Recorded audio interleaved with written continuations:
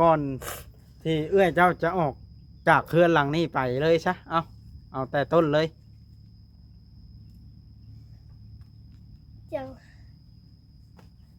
จังออกไปเฮือนหลังนี้ แม่น ผลมาแต่หาโคหญ้าโคหักกันนะ พ่อยา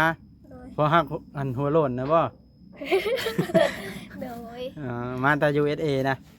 โดย อ่า ไปถิดปลาย ไปหาพ่อยาเป็นทิศพ่อ โดย บอ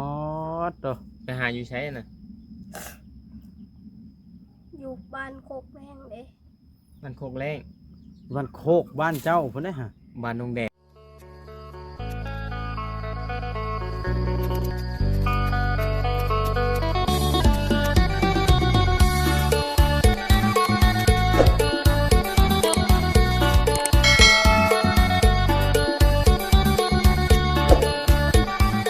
โอ้ยพี่น้องเปิดภาพขึ้นก็ได้ มาฮอดเทือนนางแต่หรือว่าน้องแต่ที่ผู้คนฮู้จักก็คือสีหลวงลายเติบพี่น้องเอ้ยในสมัยนั้นข่าวตอนนี้ก็บ่ดีปานใดแล้วพี่น้องเอ้ยได้ข่าวว่าเพิ่นเลิกกันกับผัวแล้วว่าซั่นแล้วน้องนุ่งที่อยู่จังไดบ้านนี่พี่น้องเนาะคือว่ามาอยู่พากันเลี้ยงน้องเลี้ยงนุ่งจนใหญ่แล้วพัดข่าวเป็นแบบนี้พี่น้องเอ้ยเฮาก็เอาก่อนอื่นทักทายสบายดีและสวัสดีพี่น้อง FC เบิดสุขุสู่คนเด้อพี่น้องเบิดสุหมองสู่บอนเฮาก็เปลี่ยนแนวเปลี่ยนสไตล์นะพี่น้องเอ้ยมาก็ได้ไปแต่ท่านหมอ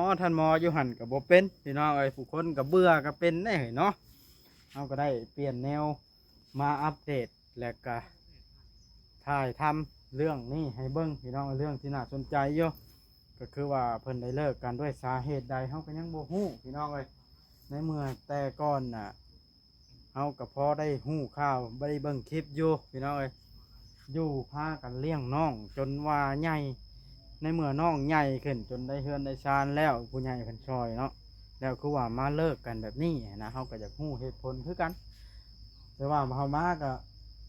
ยังบ่เห็นเนาะยังบ่เห็นไผเห็นแต่น้องทุกเพิ่นโอนอูอยู่พุ่นปะไปเบิ่งไปชมน้ำกันเลยพี่น้องเอ้ยเฮาก็ได้มากับพ่อน้องแพทย์พี่น้องฮะเด้พายรถก็ได้พ่อน้องแพทย์แต่ว่าเบาหัวสาวตุกนะจักไปทางใดพี่น้องเอ้ย กว้างขวางหรูหราลีอันนี้ปลูกมันทั่วดินเนาะอันนี้เต็มอยู่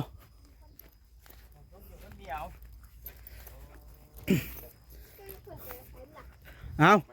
น้องตุ๊กสำบายดีจังได้คือโอนอูแบบนี้ มันฮ้อนบ่ไป คนไปใส่บุญแหละ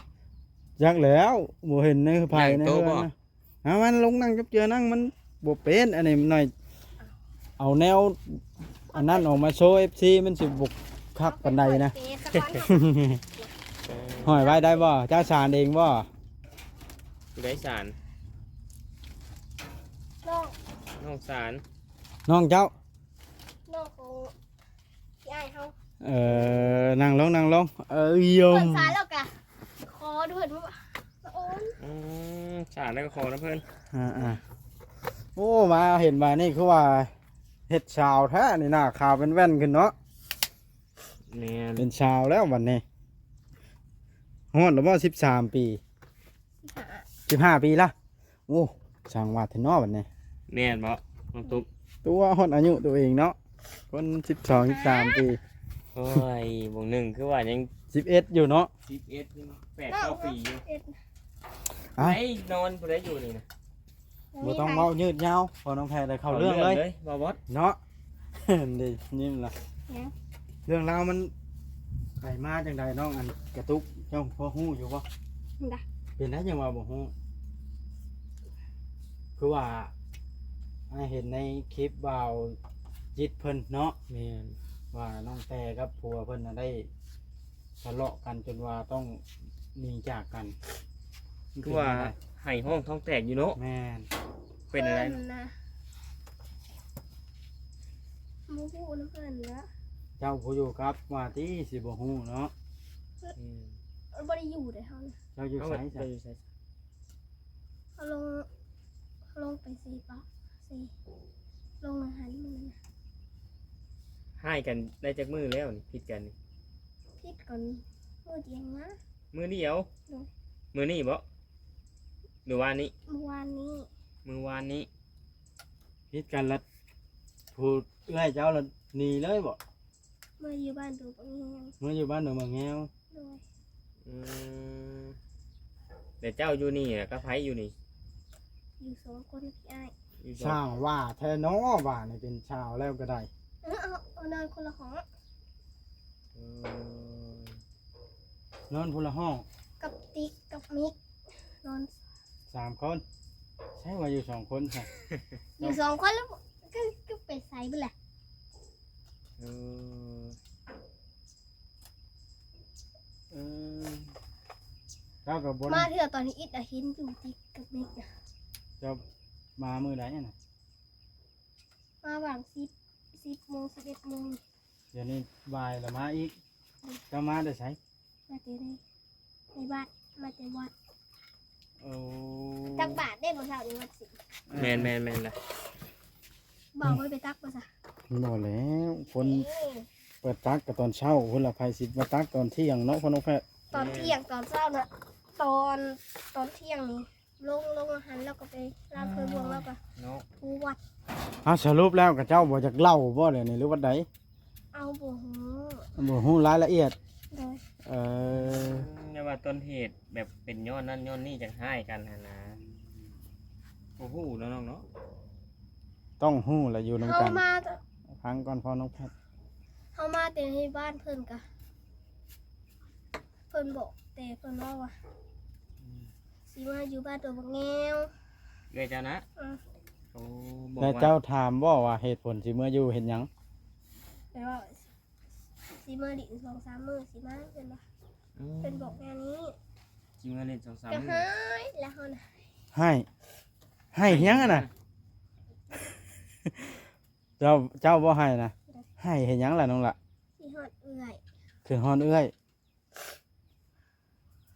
เหตุผลเราบอกนะเราได้บอกว่าเหตุผลที่เมื่ออยู่นะ บ่ บ่บอกช้ำ เพิ่นมีแต่บอกว่าสิมาดินที่บ้านตัวบักแงว2-3 มื้อเลยสิกลับมาเก็บส่งเสื้อผ้า บ่แม่นว่าเมื่อลิ้นซื่อๆนะ เมื่อดินซื้อ ก็สิงงกลับมาเก็บเสื้อผ้าเฮ็ดหยังซะเนาะ แม่ กับ น วงคือกันนี่กะ เก็บเสื้อผ้า เปิดเก็บหลายเติบได้เมื่อวานนี่ มื้อวานนี่เพิ่นเก็บหลายเติบ ถามเพิ่นก็บ่ปาก แล้วพี่ให้เจ้าว่าในไหนบัดนี้ พี่อาเราไปเฮ็ดเรียกเมื่อวานนี่ แล้วไปเฮ็ดเวียกอยู่ไสน่ะ เราไปใส่ปุ๋ยอ้อย โอ้แสดงว่าพี่อ้ายเจ้านี่เฮ็ดเวียกแล้วบ่จักว่าเมียให้จริงๆจังๆบ่เดี๋ยวนี้ ไปหากันอยู่พุ่นแล้ววะ ไปหากันอยู่ป่าอ้อย โดย เอาแล้ว เอื้อยกับพี่อ้ายอะไร โดย เราทะเลาะกันมาเลย ไม่ใช่คุยน้ำกัน แม่ นะจ๊ะ นๆบ่ลงมาแต่ลินเมื่อวานนี่นะ อืม ก็เลยถามเพิ่นว่าสิไปใส่เพิ่นตอบว่าสิไปลินที่บ้านตัวบักแงว2-3 มื้อแล้วสิมาเก็บส่งเสื้อผ้า อืม ก็น้องแพทย์เจ้ากระดานเนาะ เนาะ อืม เปิดโทรมาหาแล้วก็ให้ห้องอีกเพิ่นก็ ให้ห้องน้องแต่น่ะได้โอ้ น้องแต่ก็ให้คือกันบ่เดี๋ยวนี้ อืม เอ้า บัดผัวน้องแต่คือให้คือกันซะ เพิ่นกี่ฮอด กินหดเอื้อยกินหดเอื้อยเจ้าคือกัน เจ้าเล่าสิเจ้าก็สิให้แล้วบ่เดี๋ยวนี้โอ้ยว่าน้อยเอ้ย ค่อยบ่ค่อยหรือที่ให้คือกันเนาะน้องสุกก็ได้ อ่า เพิ่นก็โทรหากันเมื่อคืนนี่เพิ่นบล็อกเพจทิ้งเลย ไผเป็นผู้บอกเพชร เอื้อย ไผเป็นผู้บอกเอื้อยเจ้านะ ยันมิกกับติ๊กดินโทรศัพท์เฮาเรียกเมื่อคืนนี่เฮานอนค่าห้องก็ค่าห้องเมื่อคืนนี่ยังดินเซยอยู่ อืม อ่าเจ้าได้โทรศัพท์ใหม่เนาะอันนี้นะ ได้จังมือแล้วโทรศัพท์นี่ ได้เป็นทิศไป เป็นทิศปลายแล้ว ผู้ใดซื้อให้เนาะ เก็บเงินซื้อเอง เก็บเงินซื้อเอง กับ เงิน ทางพญากับทางพญาเจดีย์นี่ โอ้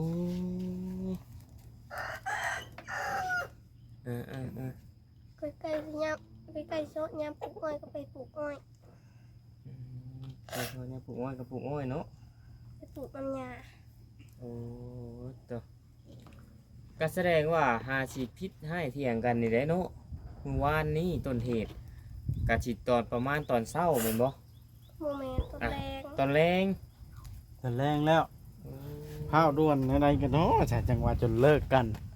ใช่ ต้นแรงแล้วมัน เลิกกันเลยบ่ให้กันซื่อๆแล้ววะ โมโหเหือนนี่ค่ะ โยเห็นในคลิปว่าเลิกกัน เน้อตกใจเบิ่เนาะเพราะว่าเราผ่านมาทางนี้พอดีก็เลยแวะเข้ามา เหือน หา แม่นแล้ววะ นั่นแม่นเลย ให้ห้องท้องแตกแต่ละคน มันต้องมีสาเหตุที่รุนแรงกว่านั้นจังเลยเลิกกัน แม่น นี่กับโมโหได้หมดเมื่อวานนี้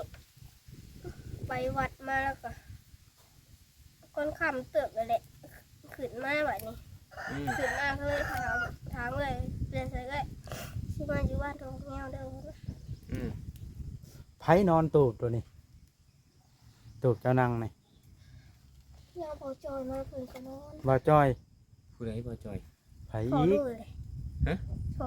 ไอ้นี่แหละ พ่อของน้องนี่ โดย โอ้ เออ พอจอย โดย ก็นึกว่าเบาจอย ส่งเสือไผ่ เออ ส่งเสือไผ่ปะ จักหนึ่ง งาน ได้ยังบ่จัก เจ้า แล้ว มันช่างว่าแท้ ส่งเสืออีโฟ อืม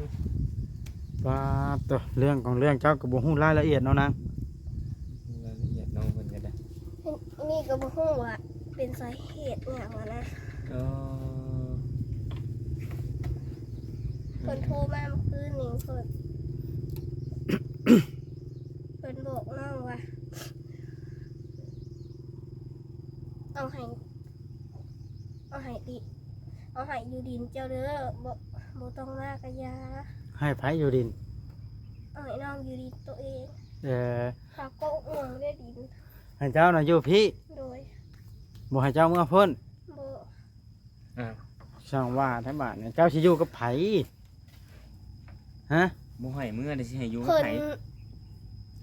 หมู่ ฮะ สิอยู่น้ำหมู่ สิอยู่น้ำหมู่ หมู่ในสายแถวนี้น่ะ ใช้หมู่เจ้า คนบ่ตึงยังสิมาอยู่นำ อืม แล้วเล่าเห็นหยังจากบ่มาซะสมมุติว่าให้กันกับผัวก็ต้องให้ผัวหนี่แล้วมาอยู่น้ำน้องตัว ปลาคนน้อง อ่า เพิ่นบ่อยากมาเพิ่นว่าบ่อยากมาเพิ่นสิขึ้นโดงเพิ่นหาเงิน ขึ้นลง ขึ้นโดงไปขีดยาง ไปขีดกับไผบ้านนี่นะ ไปขีดน้ำพอจอย ขีดน้ำพอจ้อย รับจ้าง พอจอย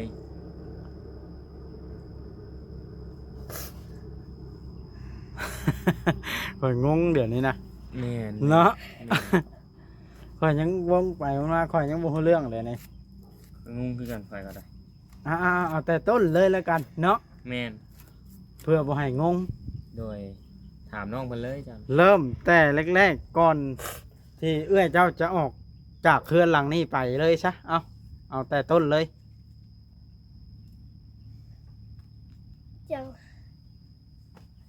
จังออกไปเฮือนหลังนี้ แม่น เพิ่นมาแต่หาโคย่าโคหักกันนะ พ่อยา โดย พ่อฮักอันหัวโล้นนะบ่ โดย มาแต่ USA นะ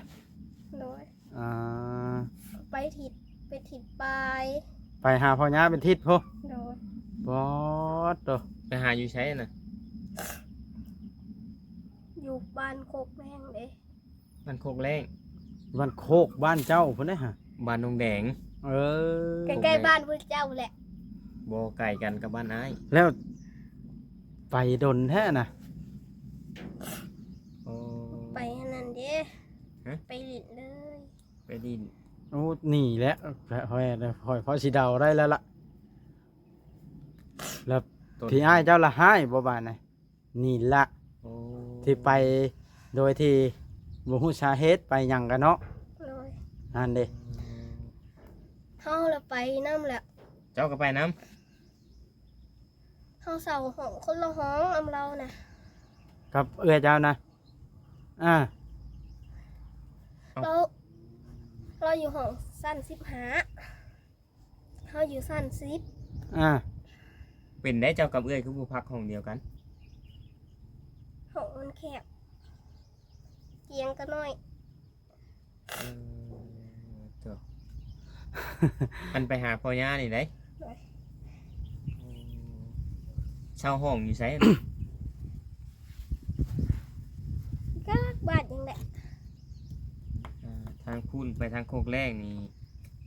ออกไปทางพุ่นสิมีบ้านพักแน่กับสิมีทาง จ้ะบ่เอ้ยก็จ้ะเนาะ บ่เอ่ย บ้านพัก ไปจ้ะ เออแล้วกลับมาแล้วทั้งเว้านี่พี่อ้ายเจ้าละให้เนาะ โดย มันสมควรให้ เพิ่นกินเหล้ากินเบียร์หลายโพด มีอันเอื้อยเจ้านะ โดย โอ้ เช่าห้องก็เช่าคนละห้องอีกกับเจ้านะ โดย น้องเจ้าไปเบิด2คนบ่น้องเจ้านะ อืม ไปแต่เจ้าผู้เดียวบ่ ไปกับเอื้อย แล้วน้องเจ้าตอนนี้อยู่ไสน้องตอนนี้ เพิ่นไปใส่ละ บ่เห็น อยู่นํเจ้านี่บ่ โดย แสดงว่าเขาไปเล่นซื่อๆเนาะ โดย เออสร้างเป็นแทบบาทนะสรุปแล้วก็เอื้อยเจ้าหนีหรือว่าพี่อ้ายเจ้าบ่ให้อยู่น้ำเดี๋ยวนี้ ยังสรุปบ่ได้ตอนนี้บ่ได้ บ่ตามที่เราอันได้เห็นหั้นนะอยากถามเรา บ่ฮู้สาเหตุคือกันนี่ก็ เจ้าน่ะบ่ฮู้สรุปให้บ่ได้เนาะ โดย ต้องถามเบาไล่เนาะ แม่น โดย จังสิฮู้จังสิสรุปได้ว่าเป็นจังไดกับน้องแต่อืม สร้างเป็นแทบบาทนี่มาอยู่เลี้ยงกันจนใหญ่เลย อันนี้มาแล้วก็ อยู่เลี้ยงน้องตัวใหญ่เบาไล่เนาะ อ่ะ สงสารเรา มันก็เฮ็ดบาปลาวโพด มา เนาะ แล้วก็ค่ำเลยนะ มาแล้วเราไปเลย โดย เอื้อยเจ้านะ โดย อาจลาดเก็บเสื้อผ้าไป เก็บ เลย เสื้อผ้าไปเลย ส่งเสื้อผ้าก็ไปไล่เต๋อ โอ้ เรือได้ส่งเสื้อผ้าให้เจ้าแล้วบัดนี้เสื้อผ้า ยังมีได้ส่งเสื้อผ้าคนนะ ตัวเราถิ่มมาแล้วมีก็ค่อยว่านะ พาไว้ให้น้องใส่บ่ไอ้สิกลับมาเอาบ่ สิกลับเอามืออื่นมาฮื้อว่ะ อืม กำมาเอาแล้วเสียเราสิไปอยู่น้ำไผเนาะ แม่น น้องตัวเองก็ ไป อยู่นี่ อยู่เพื่อน เพื่อนไผ เพื่อนห่างกันแหละ พี่น้องเลยเรื่องนี้ต้องมีเงื่อนงำอะไรสักอย่างเนาะพ่อน้องแพทย์ แม่น ที่มันบทสมควรพี่น้องเลยตามที่บอกว่าได้คาดเดาหู้คร่าวๆเนาะพ่อน้องแพทย์ แสดงว่าน้องไล่เราถือว่าเราให้นี่ก็ มันถูกแล้ว มีเหตุผลเนาะ งาน ไปเป็นทิ ค ศ น เด้ เปลี่ยนบ่ได้กี่ ให้ เศ เปลี่ยน ร้าเหล่าเศร้าเบียร์นั่น ไผเปลี่ยนบ่ได้ เออแต่ เอ้ยเจ้าฮะ โดย โอ้ ครบแล้วในเมื่อสู่ชนเลี้ยงน้องจนใหญ่เป็นสาวละ แม่น แล้วมันเป็นแบบนี้ เพิ่น บ่ ชวนเมื่อหนูกูอยากเมื่อ ให้ชวน เออแต่ ชวนเจะเมื่อพุ่น เจ้าน่ะบ่อย่างเมื่อ บ่อยากเมื่อเพื่อนก็บ่มี บ่ไล่เราหลัดแพงช้ำลูกช้ำเต้าเราลูกหลานเราเนาะเรามันเลี้ยงจนจะให้เจ้าแต่ช้ำโปมือนี่ แม่น เจ้านะ บอกเพิ่นว่าบ่อยากเมื่อสิอยู่นี่เพิ่นก็เลยว่าให้เมื่อนำบอกว่าบ่อยากเมื่อเฮาสิอยู่นำพี่อ้าย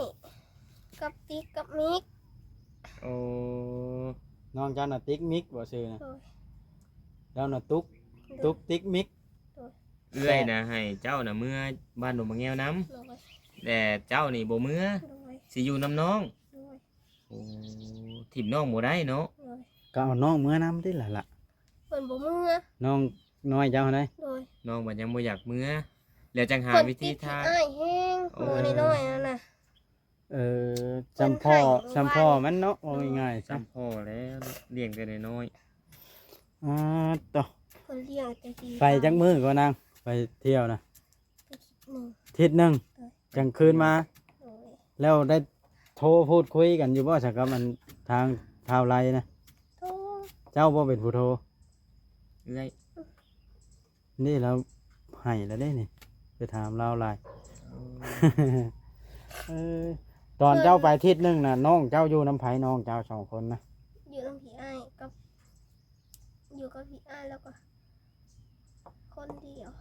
อยู่น้ำพี่อ้ายกับคนแถวใกล้นี่นี่ โดย ปัดเฮ็ดได้ลงคออหลีเจ้ากับน้องบ่อยู่น้ำน้อง ทำลายลงคอ เอ้ยเจ้าอยากไปก็ให้ไปตัวอยู่น้ำน้องเด้อบ้านน่ะ กลับขึ้นมาที่เฮานะ เจ้าละคืนมา โดย เพิ่นยังไปต่ออยู่ โดย แสดงว่า เจ้าน่ะได้ไปได้ทิศนึงหรือบ่ฮอดทิศ มือ ห้า หามือแล้วกลับขึ้นมา กลับขึ้นมาเอาน้องทางนี้ เออเป็นอันไหนพอน้องแพทย์ก็เป็นอันนี้ อึ้งเลยพอแผนได้ยินเหตุการณ์เรื่องเราว โมเมนต์ว่าอึ้งคอยละช็อกเดี๋ยวนี้นะ ถึงกับพุ่นแหละ คอยจนช็อกเลยได้ในเมื่อเจอเหตุการณ์แบบนี้ผมมีใครรับได้เด็ดขาด ในเมื่อหักแพงกันมาโดยตลอด มะม่วงกระเสีย มะม่วงเชียพอน้องแพทย์ว่าเป็นโทษบ้านี่ หวาดร้อกเลยคนน้องแฝดกับหาจิมาบ่รู้เรื่องอย่างได้ดิ อืม มะม่วงหมักใหญ่ ก็คือสิพอได้หูเรื่องราวแล้วเนาะพอน้องแพทย์คลิปนี้ก็ได้ โดย อ้าวมีแต่ว่ารอติดตามเบิ่งในคลิปหน้าว่าสิเข้มข้นชำใด แม่ ความจริงสิเป็นยังไง ความจริงต้อง เรื่อง ถาม นี้ จา ต้ ก อง ปากเบาไร เรื่องนี้ต้องอันให้กระจ่างเลยพอน้องแพทย์เลย อยู่ว่าเรื่องนี้ต้องถึงตำรวจนะ บ่ มันโมเมนต์แนวอันนี้ บ่แม่นแนว เพราะว่า ๆมันโมเมนแนวได้คืออะไร ผู้คนน่ะหักแพงน้องตุ๊กติ๊กแล้วก็มิกเนาะแล้วก็น้องแต่นี่ เป็นที่หักแพงของผู้รักผู้ใหญ่หลายคน หลายคนน้อง ของ ไว้ FC โผยาแล้วก็ยาลงน้ำเตะแล้ว เอาโอเคจบคลิปซะก่อนเนาะพอน้องแพทย์ โดย เดี๋ยวพาน้อง